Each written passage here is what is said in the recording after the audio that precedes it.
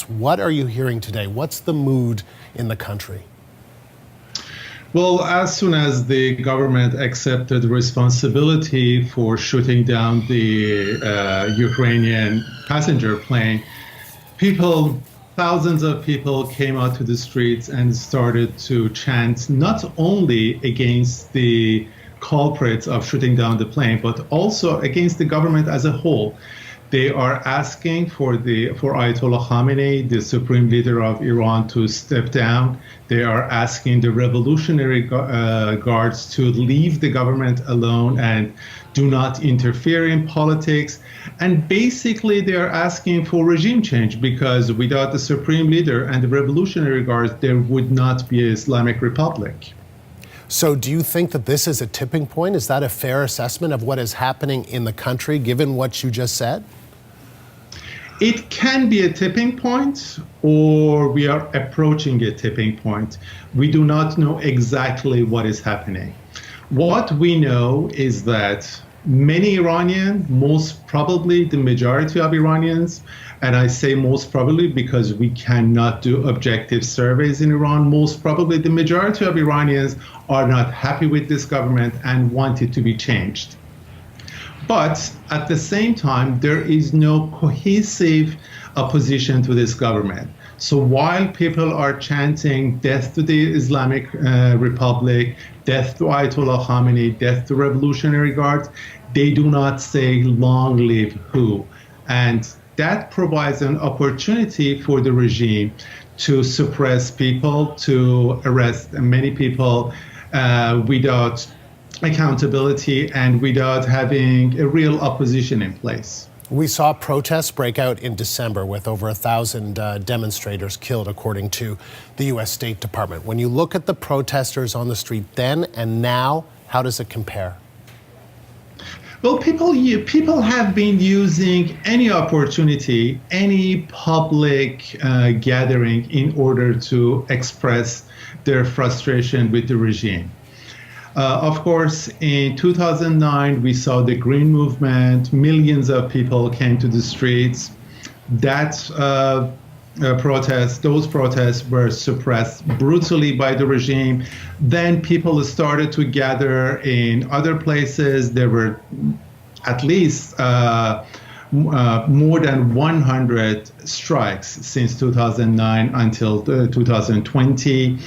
There were gatherings, many games in different stadiums. There were people who started to chant. So people really started to express their frustration with the regime. But in November 2019, when the government raised the price of gasoline, raised it to up to 300%, 3 times as much, people realized that, they cannot treat this government, they cannot change the government, they cannot reform peacefully. So they really came to the street and asked for regime change. In November 2019, we heard slogans that we had not heard up to that time. Millions of people chanted death to Khamenei. As you said, government killed 1,500, according to Reuters, killed 1,500 of the protesters. So November 19 was really a watershed moment in Iranian history. And the government did not know what to do. The government is still in a state of shock, and people are still in a state of shock. The government is still in a state of shock because they did not expect such massive demonstrations, and people are still in the state of shock because they did not expect such brutality and violence from the government. And of course, then came the assassination of Soleimani, the downing of the plane.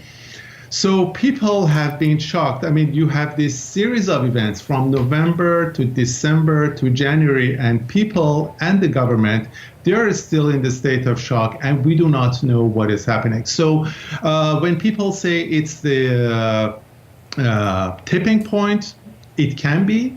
But most probably what we can say that this is the Iranian government's Chernobyl moment. People of Iran knew that this government is corrupt. that this government is militarist and this government is not worthy of Iranian people.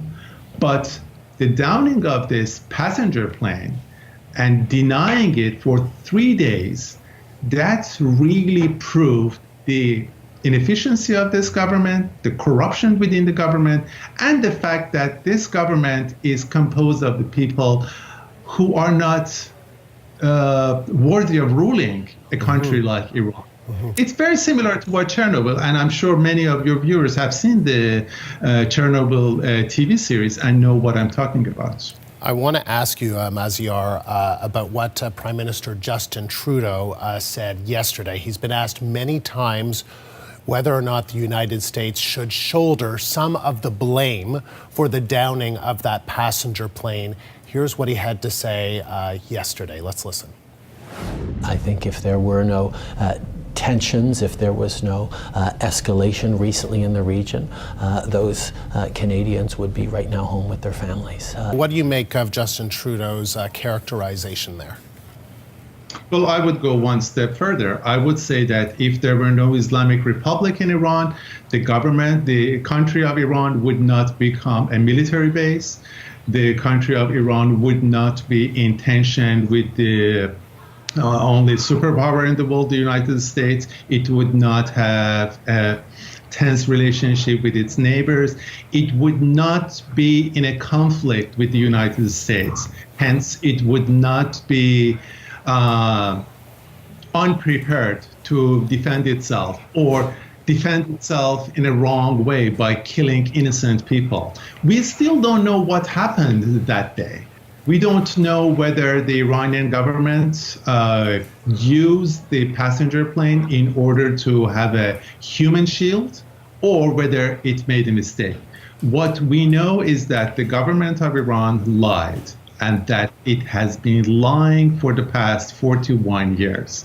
As you may remember, in the 1980s, the Ayatollah Khomeini, he was chanting death to Israel while purchasing Israeli arms in order to fight Iraq. And this is a government that's been hypocritical for the past 41 years. So we still don't know what has been going on in terms of the shooting down the passenger airplane. And I would not be surprised if that passenger plane was shot down intentionally.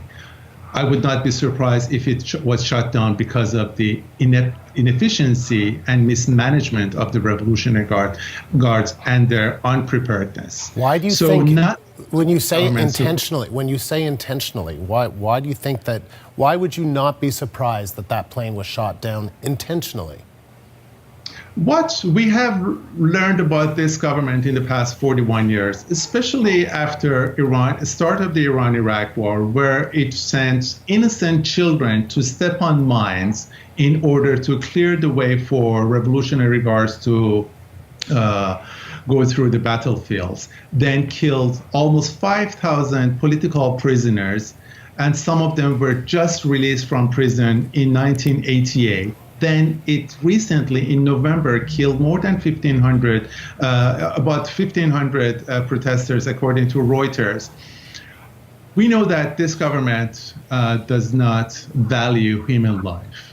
So there is a theory, and I have to insist that it's a theory, that the government used the passenger plane in order to have a human shield for the in order to prevent an American attack. And because of that, this human error was made.